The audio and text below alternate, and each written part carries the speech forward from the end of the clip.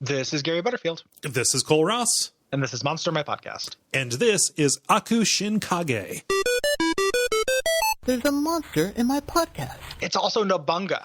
Yeah, so Nobunaga. I was way down for this. I was like, okay, it's a it is a spirit that appears in black enameled armor. This is the kind of the Japanese manifestation of Nyarlathotep. Like this sentence here: those who are brave enough to look into the hooded helmet will see a black void with dozens of tiny mouths bearing sharp gnashing teeth. Blood constantly drips from the cracks in the armor.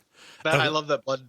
Yeah, that part. Oh, and it works into mechanically like it's corrosive alien blood. I was like down for this, like fuck yeah, give me a general. And then it's like he will often appear as a charismatic Japanese man of commanding presence, etc. Also, this guy was Nobunaga. I was like, God damn it, everything cannot be Nobunaga.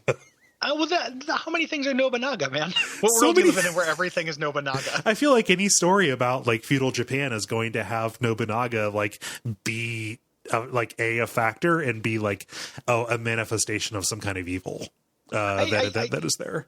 He's certainly the most famous person about the like bloody reunification of Imperial Japan. Yes, so like of the Sengoku era, I feel like that's the reason why he shows up more. He does, yeah. I just like most stories about the emancipation feature Abraham Lincoln.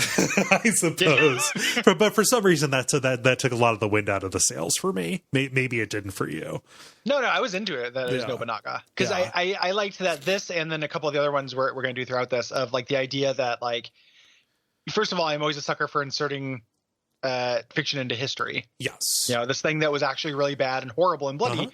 The reason why was because something spooky was going on behind the scenes that we didn't know. Yes. So something was pulling the strings, something that we do not understand. That was I always like that. Yes. And just the idea that he's not just Nobunaga. He was Nobunaga, but then he's also this whole dark warlord. Like he's probably Yakuza bosses now, or however you want to use him. He switches back and forth between warrior and businessman form. Yeah, I love that he is a businessman. That like this sentence right here in the modern age, this human mask often sits on the boardroom meetings in a business suit with the Japanese captains of industry. Like I really dig that. Like that That's updating. Cool. Yeah. Yeah. It's a Wada. Rest in peace. Like the many masks of a Wada. Yeah. But he also has just like a regular kind of amorphous shadow form. The detail that I like about that is when he hits you with one of his pseudopods, it's the exposed flesh freezes like it was dipped in liquid nitrogen. Yeah, becomes brittle and flakes off. Yes, that's great. Yeah, this is very rich, and like this is not a creation of fiction. So the pull quote from this is from Secrets of Japan, which is a source book. Yep. So this is them just making one up and making him this like business guy, especially, there's different eras you can play Call of Cthulhu in. Yeah. One of the big ones is 90s. Right. Because it sings as a period piece of some kind. Like modern Cthulhu is less fun than 20s Cthulhu. Right. But 90s Cthulhu is also kind of fun. And you can really play on that weird, racist, shitty fear of Japan. Yeah, that held over from the 80s. Economic dominance. Yeah. And this is a way that you could do that. Yeah, before they lost that decade. Yeah, exactly. Yeah. Before it was gone. This made me want to do something in modern Japan, which I've never wanted to run into. You explicitly wish that didn't exist. Yeah, in fiction. Okay. Fiction. Yeah. I don't. But like the idea, like, oh, like what if you were in a high school and you had a bunch of clubs? Yeah. I hate that. Like as a, just like I don't care. Like I don't know this. I don't relate to this, and I don't find nourishment from it. I don't think it's cool. Yeah. But the idea of like boardrooms, like this activated my like Shadowrun sense, and I was into it. Making this corporate all of a sudden adds a huge amount of interest to it.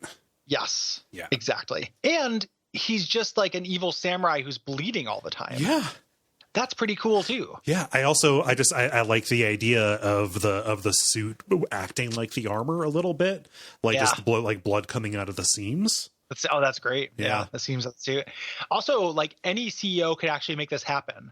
Like we could take a CEO, any CEO you want. Like we could stuff Bezos in a samurai armor and give him a bunch of cuts and essentially make Aku-Shin Kage. I wouldn't recommend it though. I also wouldn't recommend advocating it on a show that thousands of people listen to.